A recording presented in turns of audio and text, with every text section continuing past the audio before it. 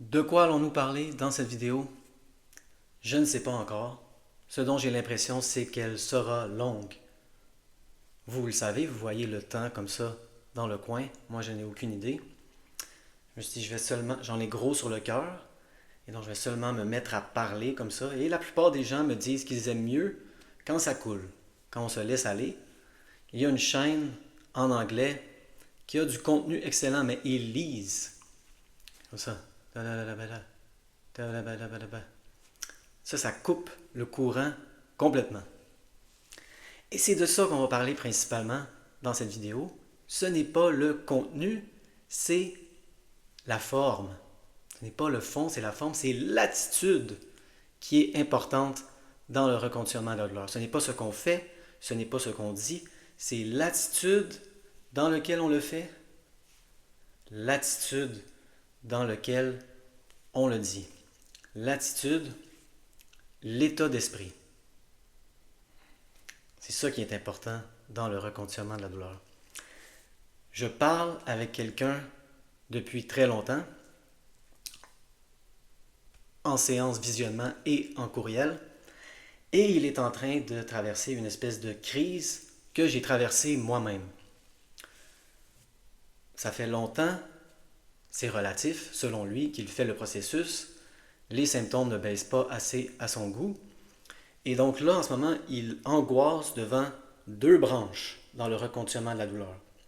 D'un côté, parce que lui, il a accès au matériel anglais. Et donc ça, c'est une espèce de dilemme qui peut se produire lorsqu'on a accès au matériel anglais. Il y a une espèce de fourche, comme ça, dans le reconditionnement de la douleur, où certaines personnes comme Tanner Murtaugh nous disent il faut, pour certaines personnes, adresser ces traumatismes pour éliminer les symptômes chroniques. Ce n'est pas assez de faire comme dit Dan Buglio, de juste vivre sa vie, cultiver l'indifférence, devenir indifférent aux symptômes.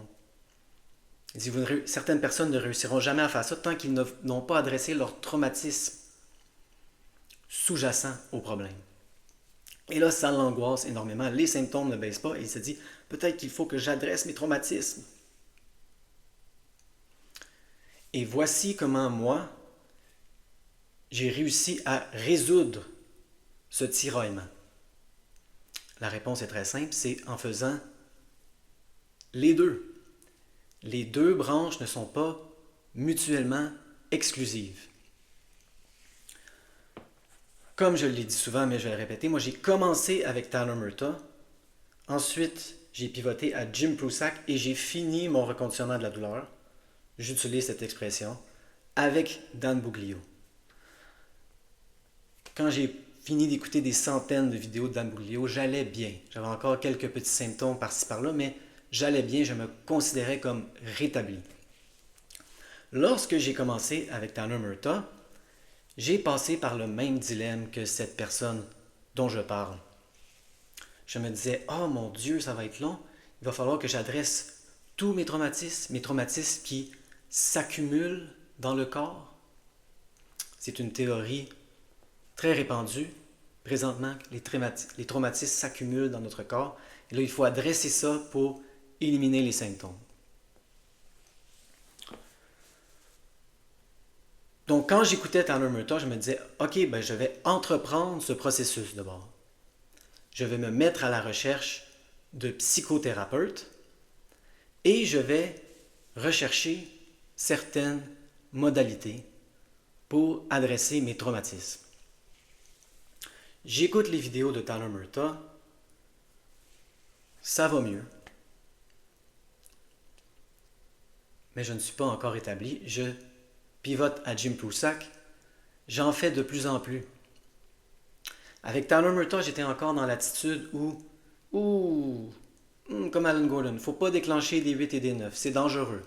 Restons raisonnables. Mais là, je pivote à Jim Prusak, lui dit non, faites ce que vous avez à faire, déclencher des 8 et des 9, ce n'est pas un problème. Ce ne sont que des sensations. Ça, c'est un mot que je me disais toujours, c'est des sensations très colorées, mais ce ne sont que des sensations. Même les 9, même les 9. Il n'y a rien qui déchire, il n'y a rien qui est en train de se briser. Ce n'est pas un problème. Et là, ensuite, j'ai écouté toutes les vidéos de Jim Prusak, j'ai pivoté à Dan Buglio. Et là, en dessous de tout ça, je suis encore en espèce de processus où je recherche activement des psychothérapeutes, des modalités pour adresser mes traumatismes. Mais c'est très difficile de trouver des bons psychothérapeutes. Je vous donne un petit exemple. Le premier que j'ai consulté était lui-même en douleur chronique. Et il disait des choses comme c'est en anglais, My back is killing me. Mon dos me tue. Littéralement. Mon dos me tue. Il disait ça. Ouch. C'est mon premier. C'est moi qu'il fallait que lui dise. Non, non, ne dis pas ça. Ton subconscient t'écoute. Tu es en train de lui donner de l'information très négative. Donc, je recherchais cette espèce de modalité où je veux faire un travail psychologique plus profond, je veux adresser mes traumatismes, mais c'était long de trouver les bons psychothérapeutes. Et par le temps où je suis arrivé à Dan Buglio, de plus en plus, je me disais, est-ce que j'ai envie de faire ça? Est-ce que c'est quelque chose que j'ai envie de faire? J'utilisais beaucoup de techniques. On peut en parler de deux. Je faisais de la méditation et je faisais de la cohérence cardiaque. Et je commençais à me poser cette question que Dan Buglio pose constamment. Il dit, quand vous n'aurez plus de symptômes, allez-vous continuer à faire ces activités, ces modalités? Et là, si on prend ces deux exemples, la réponse était oui pour la méditation, non pour la cohérence cardiaque. Allez hop, on met la cohérence cardiaque aux poubelles. J'imaginais ma vie. Je suis bien, je n'ai plus de symptômes. Est-ce que je fais encore de la cohérence cardiaque? Non, ça m'énervait. Je faisais ça pourquoi? Pour éliminer les symptômes. Quelqu'un m'avait dit, ah, c'est bon ça pour éliminer les symptômes. Je faisais ma cohérence cardiaque avec la boule. Connaissez-vous ça avec la boule? Je fais comme ça dans l'écran. C'était un petit rituel comme ça. Pourquoi? Pour éliminer les symptômes. De plus en plus, j'imaginais ma vie sans symptômes, avec de plus en plus de facilité. Et là, je me voyais, oui, je veux méditer dans ma vie, en général. Pas pour éliminer les symptômes. Et là, j'entreprenais justement la recherche de psychothérapeutes pour explorer différentes modalités, peut-être adresser mes traumatismes. Et je me posais cette question de plus en plus, la question de Dan Buglio. Est-ce que je veux faire de la psychothérapie? Point. Est-ce que je vais faire de la psychothérapie lorsque je n'aurai plus de symptômes? Et de plus en plus, la réponse devenait oui, comme pour la méditation. Oui, je veux méditer. Oui, je veux faire de la psychothérapie. Oui, je veux adresser mes traumatismes. Donc, les deux branches ne sont pas mutuellement exclusives.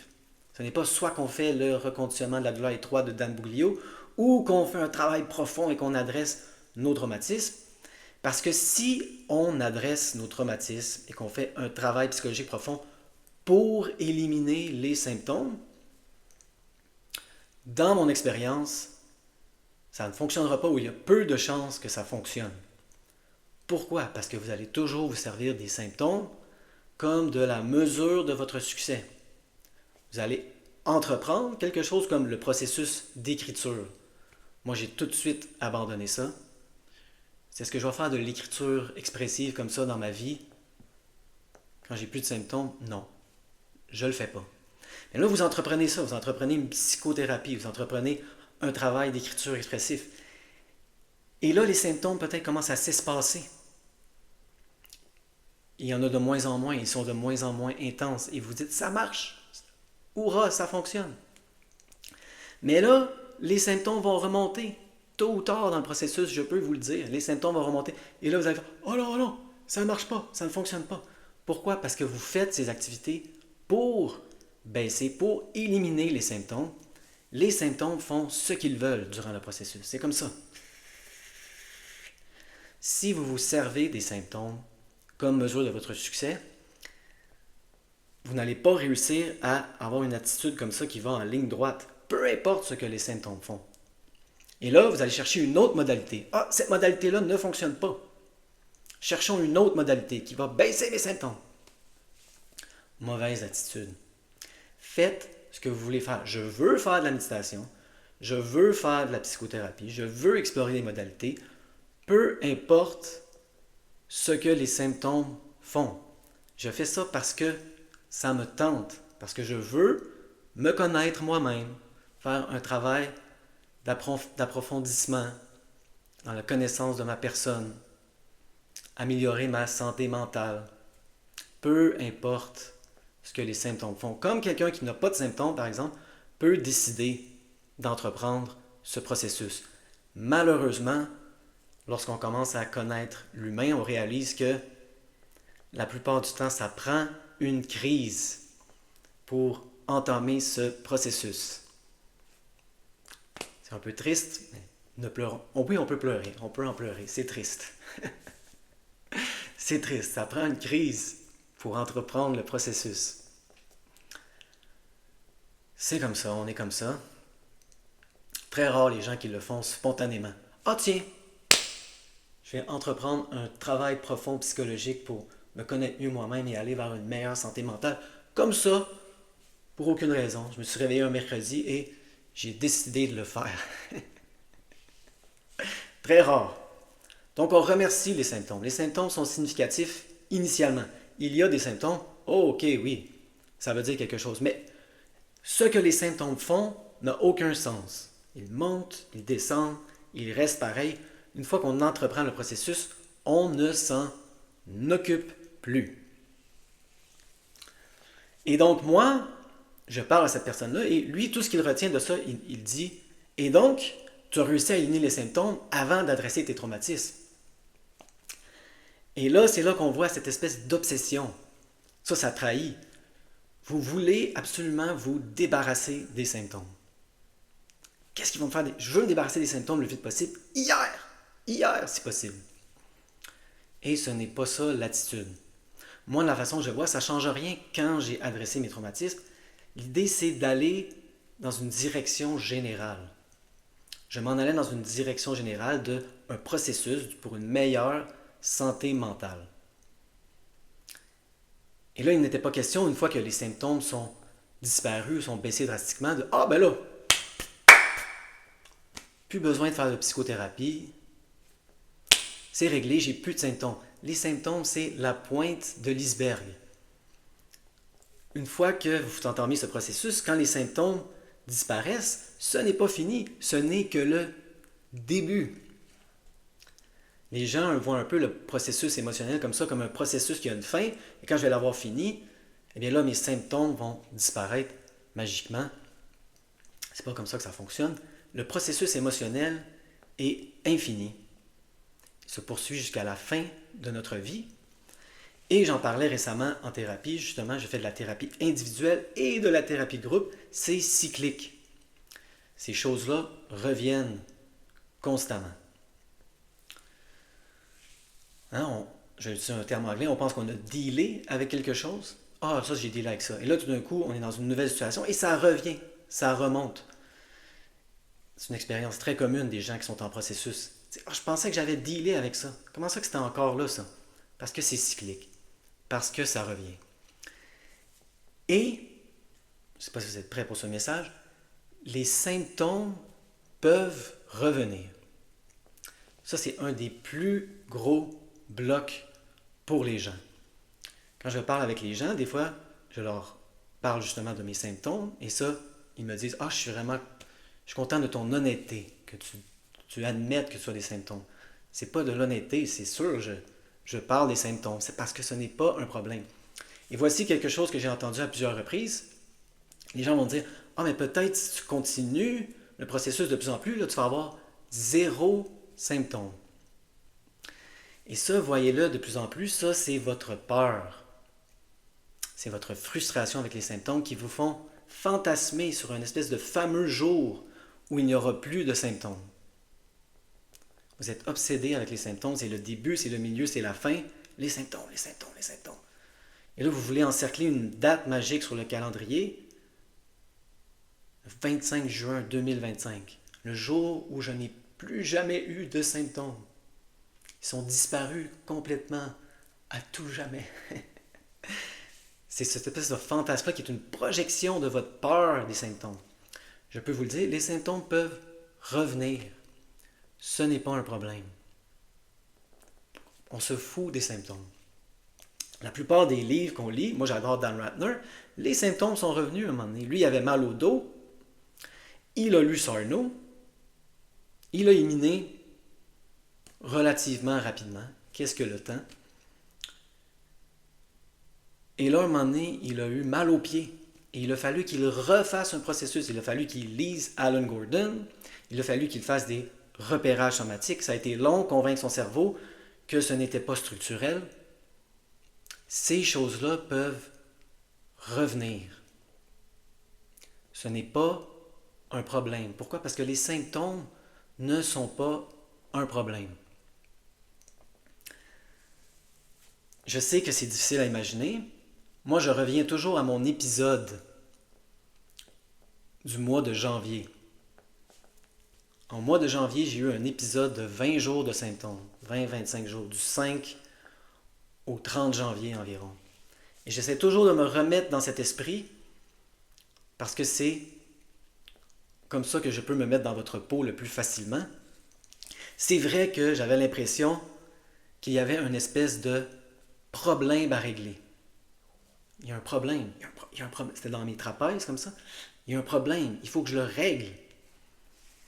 Vous pensez que les symptômes sont un problème à régler. Et ils ne le sont pas. J'avais même un de mes vieux fantasmes qui est revenu. Durant tout mon processus du reconditionnement de la gloire, moi, je rêvais de parler à quelqu'un. Mais on ne va pas tout explorer les raisons. Pour raison X, Y, Z, je ne pouvais pas, ça coûtait trop cher, entre autres. Je me suis dit, je vais lire tous les livres et je vais regarder toutes les vidéos avant de payer, justement. Et à la fin du processus, j'ai réalisé qu'en anglais, tout était là, toutes mes questions ont été adressées. Et cette espèce de fantasme est disparu. Mais souvent, dans mon processus initial, j'ai eu ce fantasme. Si seulement je pouvais parler à Tanner. Si seulement je pouvais parler à Jim. Ah, Dan, il va m'arranger ça, lui. Et là, lorsque mes symptômes sont revenus, au mois de janvier, pendant environ 20 jours, ce fantasme-là est revenu. Je me disais, il faut que je parle à Dan Ratner. Dan va m'arranger ça. Si je peux avoir une session avec Dan Ratner, il fait du groupe, mais c'est individuel, il me semble que ça serait encore mieux. Et là, il va tout me pointer les zones problématiques et on va régler ça. Et là, mes symptômes vont disparaître.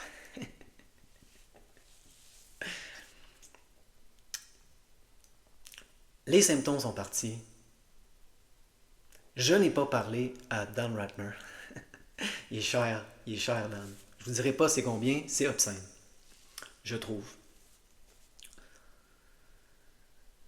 Donc, c'est cette espèce de mentalité que quelqu'un va m'arranger ça. Une modalité va m'arranger ça. Si je fais cette thérapie X, ça va éliminer mes symptômes. Si seulement je pouvais parler à cette personne X, et là, il va y avoir une date sur le calendrier, le 25 juin 2025, où je n'aurai plus jamais de symptômes. C'est ça qui vous bloque, en fait. Cette espèce de sentiment qu'il y a un problème à régler. Il n'y a pas de problème. Que quelqu'un ou quelque chose peut le régler pour vous, une modalité ou une personne. Et qu'une fois que ça va être réglé, ça ne reviendra plus jamais. Ça va être réglé comme ça. Là, je vais pouvoir vivre ma vie. « 20 minutes. Donc, j'espère que cette vidéo a été utile pour vous. J'avais d'autres choses à dire, mais je réalise que peut-être c'est une autre vidéo, ça, avec un autre thème. Peut-être essayer de ne pas tout mettre ça à 40 minutes, c'est un peu long.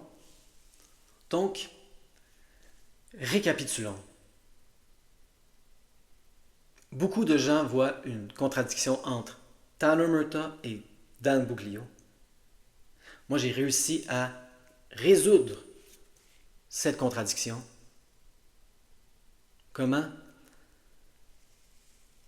En faisant ce que je voulais faire. Et ce que je voulais faire, c'était un processus psychologique plus profond où, entre autres, j'adresse mes traumatismes. Donc les deux ne deviennent plus mutuellement exclusifs. Ah, je ne peux pas faire le reconditionnement de la douleur et toi, il faut que j'adresse tous mes traumatismes avant. Ça, faites vraiment attention à cette mentalité-là, parce que c'est ça que je réalise, j'ai entamé le processus, il n'y a pas de fin à ça. C'est des couches, il y a toujours une couche plus profonde, et c'est cyclique, et ça revient constamment. Il n'y a pas de fin à ce processus. Ça y est, j'ai adressé mes traumatismes. Donc, si vous attendez d'adresser vos traumatismes pour ne plus avoir de douleur, c'est comme dire à votre cerveau, ça ne se produira jamais.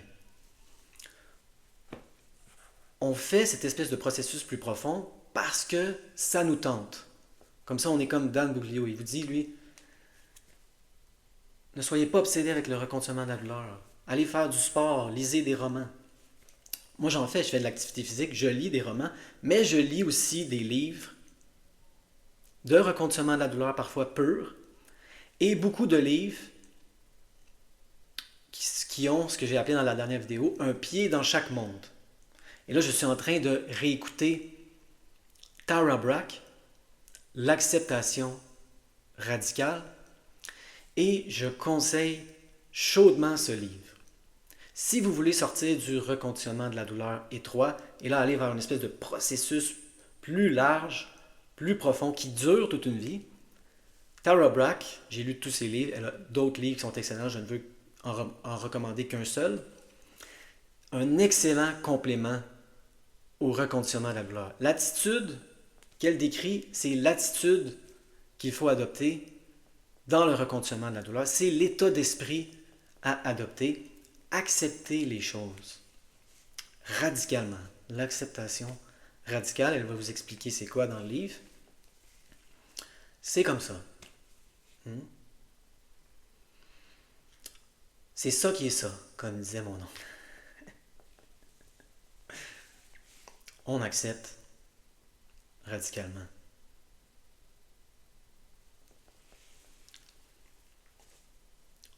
Donc, toujours se poser cette question, quand vous faites quelque chose comme de la méditation ou de la cohérence cardiaque, est-ce que je ferais ça s'il n'y avait plus de symptômes? Il faut que la réponse soit oui. Vous êtes dans la salle d'attente, comme ça, vous allez voir un thérapeute, peu importe la modalité. Posez-vous cette question, c'est la question toujours. Est-ce que je serais ici? Est-ce que je ferais ça si je n'avais pas de symptômes? Il faut que la réponse soit oui. Sinon, j'hésite à aller aussi loin, je veux dire, ça ne sert à rien ou à pas grand-chose. Vous n'avez pas la bonne attitude, vous n'avez pas le bon état d'esprit. Moi, quand les symptômes sont partis ou ont diminué drastiquement, j'ai continué à faire de la thérapie. J'étais dans la salle d'attente, je me disais, est-ce que je serais ici, même si les symptômes revenaient, même si les symptômes s'en allaient, indépendamment des symptômes, la réponse était toujours ou de plus en plus oui, oui, oui, oui, oui, oui, oui. J'ai eu une longue période sans symptômes, mais ils sont revenus à plusieurs reprises. Et ce n'était pas un problème. Voici l'attitude. Un symptôme essaie de s'installer. Je dis non. Non. Non. Et là, des fois, il y en a un, il s'installe. Et là, il y a des degrés, là, je ne veux pas aller trop dans la subtilité, mais OK, il y en a un qui s'installe. L'attitude, c'est tu peux rester aussi longtemps que tu le veux. Installe-toi, tire-toi une bûche, ça ne me dérange pas. Pourquoi? Parce que tu n'es pas dangereux. Ce n'est pas un problème que je dois régler. Oui, j'ai des thèmes de santé mentale à adresser, mais je les adresse et ça va me prendre toute une vie. Je fais ça indépendamment des symptômes. Les symptômes, tu n'es pas un problème. Reste aussi longtemps que tu veux. Ce n'est pas grave. Tu peux t'en aller. Tu peux revenir. Ce n'est pas grave. Ce n'est pas un problème à régler. C'est vraiment ça, l'état d'esprit qui a fait que mes symptômes sont en allés la première fois ou dans mon épisode de 20 jours. Quand j'ai arrêté de fantasmer à rencontrer Dan Ratner, qui allait m'aider à régler mon problème, personne ultimement ne peut vous aider ou rien ne peut vous aider à régler votre problème parce que vous n'avez pas de problème. Les symptômes ne sont pas un problème. Le seul problème, c'est quand vous pensez que c'est un problème. Si vous pensez que la douleur est un problème, c'est un problème. Si vous arrêtez, ce n'est plus un problème à régler. Il n'y a rien à faire pour régler le problème. On fait des choses parce que ça nous tente. Et dans ce cas-ci, on résout la contradiction parce que ça nous tente de faire un travail psychologique plus profond, d'adresser nos traumatismes. Il n'y a pas de fin à ce processus. À un moment où on peut dire « ça y est, c'est fait ». Et contrairement à cette vidéo qui s'achève, qui va finir, c'est sans fin. Et ça continue perpétuellement.